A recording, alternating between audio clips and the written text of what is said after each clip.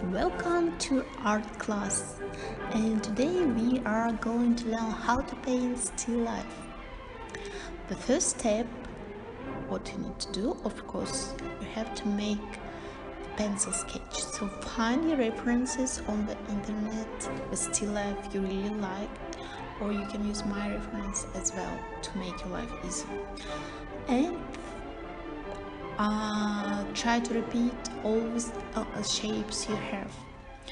So the next step, I'm going to squeeze colors. I will use acrylic colors on this case.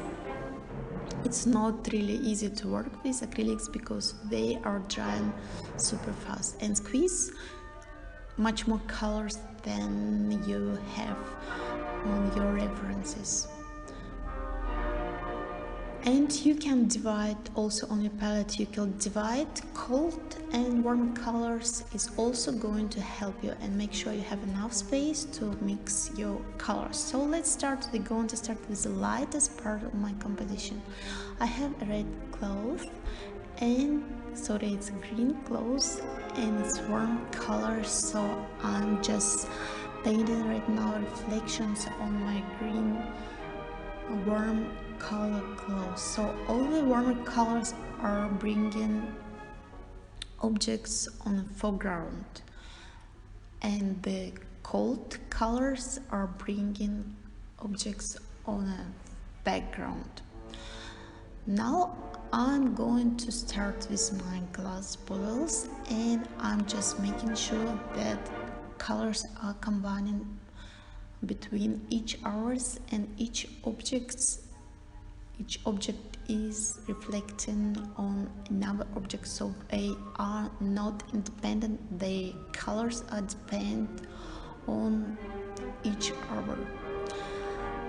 My background cloth is gray blue, which is cold color as well, and is bringing the clothes on a background and creating a depth of my painting.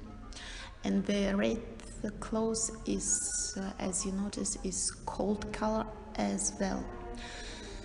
So now I have a main spot of my composition is a bright red pink cap, and in each composition have to be this part, which we call the main part of composition. Yes, so the bright color is bringing your eyes, or the eye of person who is going to look at your painting is just bringing your eyes on that particular object, and make sure that you paint it correctly. So yeah, as I told you before, so all the warm colors are bringing these particular objects on the foreground. Also, I have very cold and very deep blue color on my one of my glass bottles, and I'm making sure that I have reflection from red cap on this blue bottle. So I hope you enjoy your still life painting, and always have a patience to finish it. In the last step, you're going to add reflection, like a light reflection, using a white paint on each object, because each object got these light reflections.